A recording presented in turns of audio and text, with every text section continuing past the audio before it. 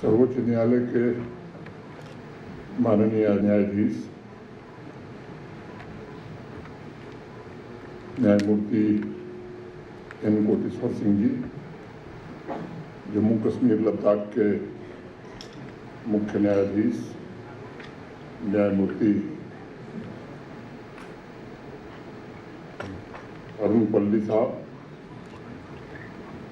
Justice Mohammad Yusuf, Mir Syed लतीफ़ साहब, सूफी score limited से आए हुए श्री राजीव अग्रवाल जी, कार्यक्रम में उपस्थित सभी सूफी scholars, save youth save future foundation के वजाहत साहब और उनके सभी साथी, देवियों, सज्जनों और मित्रों, इस पूरे दुनिया में इंसान एक मात्र ऐसी प्रजाति है, इस स्पीसीज है जिसने अपनी सहूलियत के लिए अनेक सारी व्यवस्थाएं तैयार की। कभी गाहे बगाहे सीधा सच्चा पहुंचा हुआ फकीर, संत, पुजारी अगर आपको कहीं मिल जाए तो वो कहेगा कि अवाम में जितनी व्यवस्था और जितना बंटवारा है वह सब इंसान का ही एक षड्यंत्र है, एक कॉन्स्पिरेसी। एक इनलाइटेंड फकीर और संत आपसे बिल्कुल ट्रांसपेरेंट बेखौफ बात करेगा, क्योंकि उसने समाज के भीतर बंटवारे को बहुत करीब से देखा है। जो उस भेद को समझकर इंसान के भीतर ईश्वर, अल्लाह या जीसस को देखने लगता है, वो सूफी है।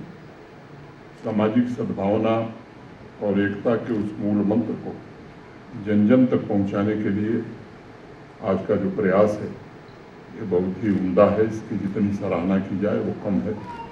मैं इस आयोजन से जुड़े सभी स्टेक होल्डर्स, विद्वानों और कलाकारों का हृदय से अभिनंदन करता हूँ।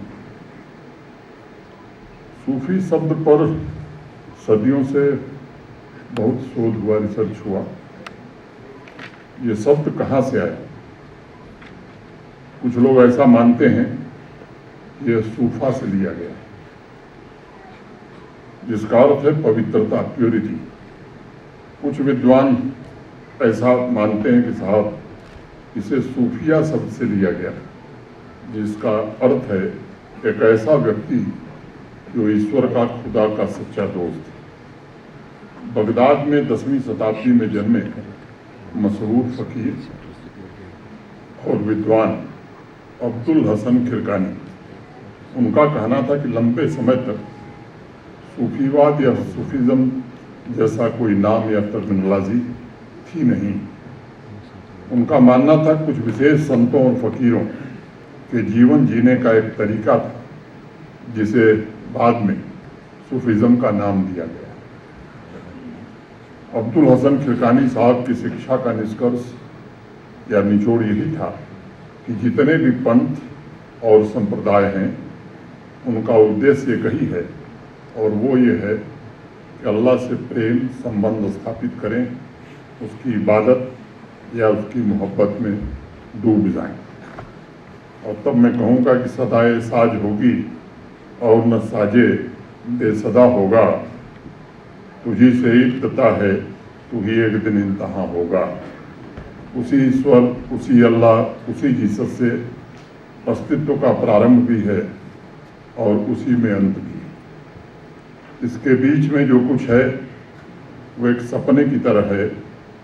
अल्लाह ईश्वर के साथ अथाह प्रेम तथा आवाम में बिना किसी भेदभाव के हर किसी के साथ मधुर संबंध ही हमारे अस्तित्व का असली सत्य है। और यही मैं मानता हूँ सूफीज़म है। जिस व्यक्ति के भीतर परमपिता परमात्मा का सितार बज रहा, अस्तित्व के सौंदर्य के कमल खिल गए हैं, वही असली सूफी है। सूफी का किसी एक पंथ से मैं मानता हूँ कि कोई लेना देना नहीं। सूफीवाद या सूफीज़म अलग अलग पंथ, अलग अलग मार्ग पर चलने वाले फकीरों और संतों के दर्शन का निचोड़ है। और किसी सूफी से पूछिए तो वो यही कहेगा कि हम खुदा के तो कभी कायल न थे, हम खुदा के तो कभी कायल न थे, तुम्हें देखा तो खुदा याद आया। मैं मानता हूँ कि सूफीज़म आवाम में शांति और सद्भाव के लिए सबसे शक्तिशाली ताकत है। सूफीज़म का मतलब है जीवन जीने का एक ऐसा नायाब तरीका जिसमें आवाम के हर एक नागरिक के साथ मोहब्बत और अल्लाह के साथ प्रेमपूर्ण संबंध स्थापित किया जा सके। और तभी कहा गया कि मेरी नज़र से तेरी जुस्तजू के सदक़े में, मेरी नज़र से तेरे जुस्तजू के सदक़े में एक जहाँ ही नहीं सैकड़ों जहाँ गुजरे, हुजू में जलवा में परवाजे शौक़ का क्या कहना, जैसे रूह सितारों के दरमियान गुजरे। सूफी फकीर कहते हैं कि जब सूरत और स्मृति के बीच का भेद द्वंद्व मिट जाता है तब हर एक क्षण शाश्वत हो जाता है। और इसलिए सूफीज़म को मैं आवाम के हर तरह के भेद को दूर कर दिलों को एक दूसरे के करीब लाने की सबसे पारंगत कला मानता हूँ। सूफीज़म स्वयं के भीतर ये आंतरिक शुद्धि और इंसानों के बीच गहरे संबंध पर बल देता है। सूफीज़म का सर्वोच्च उद्देश्य आवाम को जागरूक बनाकर करुणा और परस्पर प्रेम के जुड़ाव को बढ़ावा देना है। सूफीज़म का रास्ता विभिन्न पृष्ठभूमि के लोगों को एकजुट करने की क्षमता भी रखता है। जितने भी सूफी फकीर हुए उनकी शिक्षाएं किसी भी तरह की हिंसा और भेदभाव को पूरी तरह से खारिज करती हैं। और मैं मानता हूं कि सूफी शिक्षाएं एक्सट्रीमिस्ट आइडियोलॉजी के लिए काउंटर फोर्स हैं और कविता, संगीत तथा अन्य रचनात्मक अभिव्यक्तियों के माध्यम से सूफीज़म के मिस्टिकल ट्रेडिशन काउंटर रेडिकलाइजेशन और डी रेडिकलाइजेशन के प्रयासों को बहुत ही मजबूत करेगा। मित्रों, मैं निजी तौर पर मानता हूं कि सूफी शिक्षाएं ही एकमात्र वो माध्यम है जिसके जरिए चेतना का रूपांतरण यानी ट्रांसफॉर्मेशन संभव है। और एक शेर अर्ज करूंगा कि क्या हुस्न का अफसाना महदूद हो लफ्ज़ों में, क्या हुस्न का अफसाना महदूद हो लफ्ज़ों में, आंखें ही कहें उसको आंखों ने जो देखा है। सूफियों द्वारा जीवन का रूपांतरण कुछ ऐसा ही होता है जिसे शब्द बयां नहीं कर पाते, बस उसे अनुभव किया जा सकता है। जब 8वीं शताब्दी में बगदाद में इस्लाम के स्कॉलर्स ने अलग अलग ज्ञान प्रणालियों और आध्यात्म पर रिसर्च शुरू किया था, तब उस कालखंड में बहुत से स्कॉलर्स वहाँ से भारत भी आए। प्रसिद्ध इतिहासकार विलियम डैलरिम्पल ने अपनी लेटेस्ट किताब आई है द गोल्डन रोड, उसमें लिखा है कि 8वीं शताब्दी के उत्तरार्ध में खालिद इब्न बरमाक मैथमेटिक्स की पढ़ाई करने कश्मीर आए थे। उनकी स्वयं की लेखनी के अनुसार उस समय बगदाद में संस्कृत स्कॉलर्स की एक समृद्ध परंपरा थी। वहाँ दूसरों को भी संस्कृत सिखाया जाता था और इसलिए सूफीज़म पर वेद और उपनिषद के दर्शन का भी बहुत गहरा प्रभाव पड़ा है। संसार के सबसे प्राचीनतम ग्रंथ ऋग्वेद में कहा गया है, पुमानम पुमानम परिपात विश्वतः, अर्थात हर इंसान दूसरे इंसान की हर प्रकार से रक्षा करे। 5000 वर्ष पूर्व यजुर्वेद में ऋषियों ने लिखा कि मित्रस्य चक्षुषा समीक्षा महे, अर्थात हम संसार के प्रत्येक इंसान को मित्र की नज़र से ही देखें। करीब 5000 वर्ष पूर्व अथर्ववेद में ऋषियों ने जब आशीर्वाद दिया तो कहा उन्होंने उद्यान्ते पुरुषः नावयानम अर्थात इस धरती पर रहने वाले हर एक इंसान का सदैव उत्थान हो, वह समृद्ध हो, स्वस्थ हो और खुशहाल हो। और पृथ्वी सूक्त में तो मैं समझता हूँ कि चरमोत्कर्ष पर पहुँच गया। जन्म बिभ्रति बहुधा विवासम नाना धर्माणम पृथ्वी यथोपसम। अर्थात यह पृथ्वी जिस पर विभिन्न विश्वास और चेतना के लोग एक शांतियुक्त घर के समान रहते हैं, वह हम सभी का है और वह हम सभी को सुख दे। ऋग्वेद के महाउपनिषद में हमारे संतों ने कहा, अथम बंधुर्य नेति गणना लघुचेत साम उदार चरिता नाम तू वसुधैव कुटुंबकम। अर्थात यह मेरा है वह तेरा है का भेद केवल संकीर्ण सोच वाले लोग करते हैं। श्रेष्ठ आचरण वाले लोग पूरे संसार को अपना परिवार मानते हैं। और मैं समझता हूँ यही तो भावना सूफीज़म का मूल आधार है। सूफी संत कहते हैं कि पूरी दुनिया, पूरी मानवता, पूरी आवाम एक है, उनमें कोई भेद नहीं। और इसीलिए सूफी फकीर कहते भी हैं कि सभी रास्ते एक ही जगह पहुँचते हैं और धरती से लेकर आकाश तक एक भी जगह ऐसी नहीं है जहाँ अल्लाह के दीदार नहीं होते। कश्मीर के संदर्भ में अगर हम देखें तो सूफीज़म और कश्मीर ये दोनों एक दूसरे के पूरक हैं, वो एक दूसरे को कॉम्प्लीमेंट करते हैं तथा सभी आध्यात्मिक धाराओं का सम्मान भी करते हैं।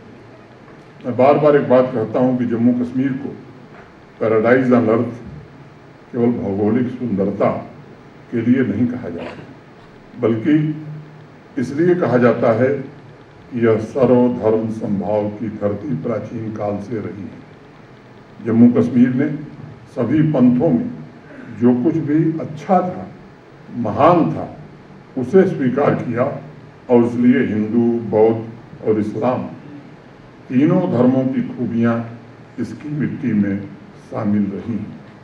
मानवतावाद, सहिष्णुता, सांप्रदायिक सद्भाव और शांति का आदर्श इस धरती की मिट्टी में रचा बसा रहा है। राजतरंगिणी में कल्हड़ ने लिखा भी है कि जम्मू कश्मीर की धरती पर तिल मात्र ऐसा कोई स्थान नहीं है जो तीर्थों से बाहर हो, और यह इस धरती का पुण्य प्रताप है जो पदार्थ स्वर्ग में भी दुर्लभ है, वह भी जम्मू कश्मीर में साधारणतया सुलभ है। सभी धर्मों का सम्मान, सभी उपासना पद्धतियों का आदर, ये जम्मू कश्मीर की परंपरा रही। बौद्ध दर्शन में भी कहा गया, पूजे तबीयत वचु पर प्रसंड बढ़े। दूसरे धर्म के सम्मान द्वारा हम स्वयं अपने धर्म का सम्मान बढ़ाते हैं। यही जम्मू कश्मीर का दर्शन रहा है। और यहाँ योगिनी ललेश्वरी हों, शेख उल आलम हों, सैयद बुलबुल शाह हों, मीर सैयद हमदानी हों, ये इन सब ने आवाम में मोहब्बत और एकता के बंधन को सदैव मजबूत किया। योगिनी ललेश्वरी ने आवाम को बताया, अब मैं अगर कुछ गलत बोल दिया कश्मीरी में तो हंसिएगा नहीं, थोड़ा बहुत मैं कोशिश करूँगा। शिव शिव थल थल रोजान मोजान हयोन तो मुसलमान रखय छुप न पान प्रजना सोई छह साहिब जानी जान। अर्थात शिव का निवास हर जगह है, वह सर्वव्याप्त है। इसलिए हिंदू और मुसलमान का भेद न कर, यदि तुम प्रबुद्ध हो तो अपने आप को पहचानो, साहिब की वही असली पहचान है। शेख उल आलम ने धार्मिक सहिष्णुता की आवाज़ उठाई और हिंदू मुसलमानों के पारंपरिक भेदभाव का विरोध करते हुए कहा, ईश्वर एक है, खुदिए छू अकोई नाव छू लच्छा जी करी रूस और कछा मोह। अर्थात खुदा एक है जिसके लाखों नाम हैं तथा समस्त चर एवं अचर जगत उसके प्रकाश से व्याप्त है। शैव भक्ति और इस्लाम का यह बेहतरीन संगम जम्मू कश्मीर के अलावा दुनिया में कहीं और देखने को नहीं मिल सकता। यही वह धरती है जहाँ ऋषि परंपरा में हिंदू और मुसलमान दोनों गुरुओं को समान आदर और सम्मान दिया गया। अगर शेखुल आलम अवाम को आगे बढ़ने की प्रेरणा देते हुए कहते हैं कि तलवार को तोड़कर हंसिया बनाओ, तो योगिनी लल्लेश्वरी कहती हैं कि सहनशीलता की बिजली की कौंध और बादल की गर्जन है। मैं समझता हूँ यही भारतीय जीवन दर्शन का निचोड़ भी है। ये हमारी परंपरा, जिसने प्राचीन काल से इंसान की आपसी मोहब्बत और समाज की मूलभूत एकता की भावना तथा विश्वास को स्थापित किया है। और कुरान में पैगंबर मोहम्मद साहब का संदेश यही है कि हर चीज़ अपनी प्रकृति से चलती है, उनमें कोई टकराव नहीं है। और कुरान में लिखा है कि न सूरज के वश में है कि चाँद को पकड़ ले, और न रात दिन से पहले आ सकती है, बल्कि सब एक दायरे में तैर रहे हैं। और कुरान में कहा गया है, वा जाहिदू फिल्लाही हक जिहादी, यानी स्पिरिचुअल जर्नी में जितने प्रयास करने हैं वो करो। आप सबने एक कहानी जरूर पढ़ी होगी और मैं उद्धृत करना चाहूँगा। जब पैगंबर हजरत मोहम्मद साहब अपने साथियों के साथ मदीना से मक्का की यात्रा पर जा रहे थे, तब उनके एक साथी ने जोश में आकर कहा कि आज युद्ध का दिन है। तब पैगंबर हजरत मोहम्मद साहब ने कहा, नहीं, आज रहमत और करुणा का दिन है। जब अहंकार मिट जाता और सभी तरह के भेद भाव समाप्त हो जाते हैं, तब शुद्ध रूप से जो इंसान बच जाता है, वही सूफी संतों का असली अनुयायी है।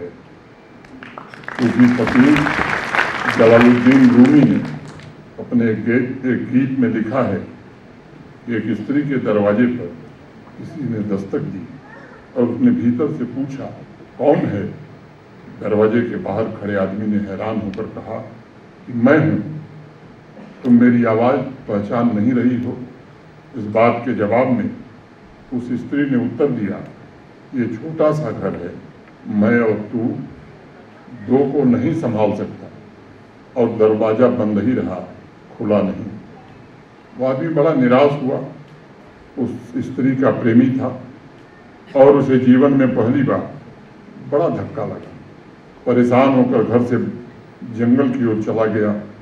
बरसों तक तपस्या की, साधना की, फिर वापस घर लौटा। उसने फिर देखा कि दरवाज़ा बंद है। उसने फिर दस्तक दी। अंदर से फिर उसी स्त्री की आवाज़ आई, कौन है? उस आदमी ने कहा, अब तो तू ही है, और दरवाज़ा खुल गया। मित्रों, जब भी मैं इस गीत के बारे में सोचता हूँ, मुझे लगता है कि ऐसी बात कहने की हिम्मत कोई सूफी फकीर ही कर सकता है। जहाँ तक मैं समझ पाया हूँ, रूमी कह रहा है कि मैं और तू का मतलब है कि अब भी कहीं न कहीं भेद है, और जहाँ थोड़ा सा भी भेद है, वहाँ झगड़े या कलह की संभावना बराबर मौजूद है। जिस क्षण यह भेद मिट जाता है, उस पल व्यक्ति और समाज अस्तित्व के साथ एक हो जाते हैं, और अस्तित्व अपनी तरफ से पूरी कोशिश करता है कि वह हर एक व्यक्ति तक पहुँचे, उसमें समाहित हो। और कबीरदास जी का नाम आप सबने सुना है, कबीरा मन निर्मल भया जैसे गंगा नीर, पाछे पाछे हरि फिरे कहत कबीर कबीर। कबीरदास जी कहते हैं कि जब से ये भेद मिट गया, जब से मन निर्मल हो गया, तब से मुझे ईश्वर के पीछे जाने की जरूरत ही नहीं पड़ी, बल्कि खुद ईश्वर पीछे पीछे मेरा नाम पुकारते हुए आ गए।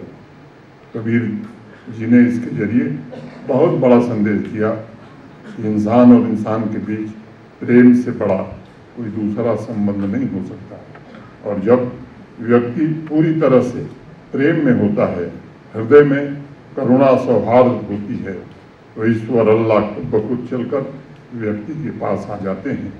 सूफिज्म का लक्ष्य ही व्यक्ति व्यक्ति में पंथ, धर्म, समाज में भेद मिटाना है, दीवारें गिरानी है, ताकि इंसान ईश्वर अल्लाह की दी हुई वास्तविक क्षमता को सही कार्यों में लगा सके। सूफी संत बाबा शेख फरीद ने कहा है बोले से खूब फरीरू प्यारे अलह लगे, त्युतन होसी खाक निमाणी गोर घरे। बाबा आवाम को आगाह कर रहे हैं कि शरीर से नहीं बल्कि अल्लाह से अपनी प्रीति जोड़ो। बाबा फरीद जीवन भर मोहब्बत बांटते रहे, आवाम को सूफियों के मार्ग पर चलने के लिए पुकारते रहे। मैं समझता हूँ कि सूफीज़म के इन आदर्शों और मूल्यों को संरक्षित तथा संवर्धित करने की जिम्मेदारी आज की युवा पीढ़ी पर है, नई नस्लों पर है।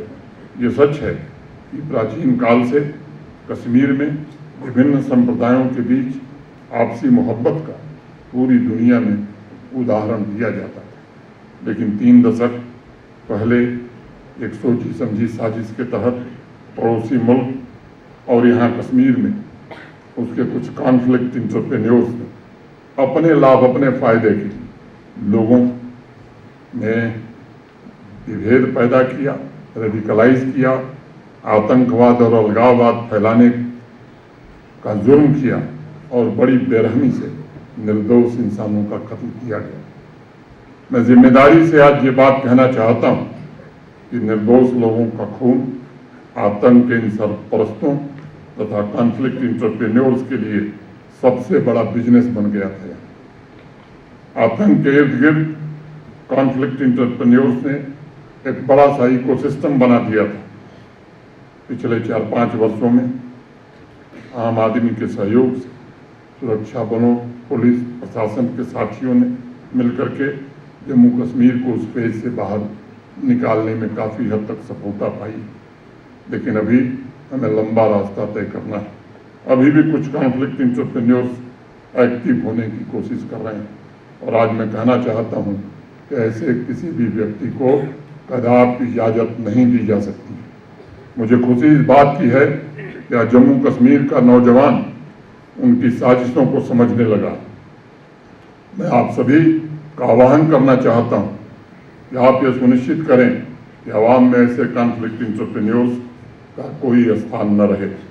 आज यहाँ सम्मानित सूफी स्कॉलर्स से भी मैं 2-3 निवेदन करना चाहूँगा।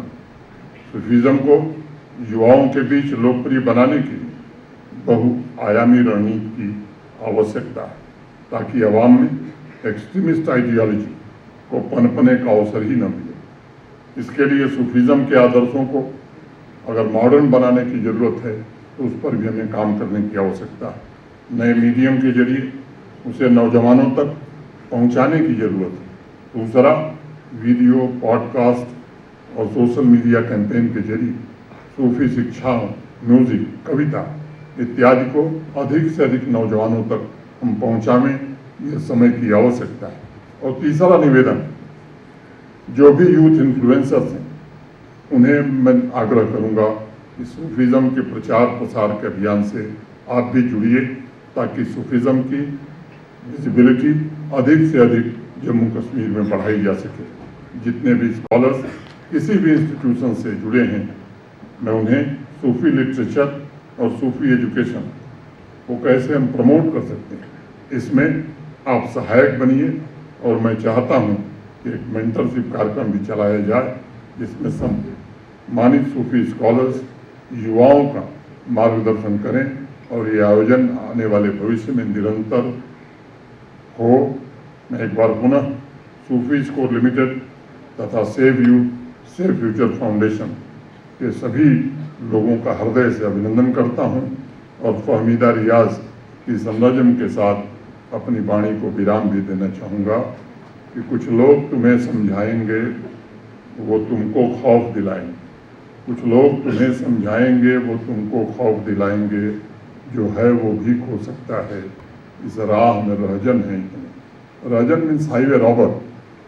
कुछ और यहाँ हो सकता है, अरे कुछ और तो अक्सर होता है, पर तुम जिस लम्हे में जिंदा हो, ये लम्हा तुमसे जिंदा है।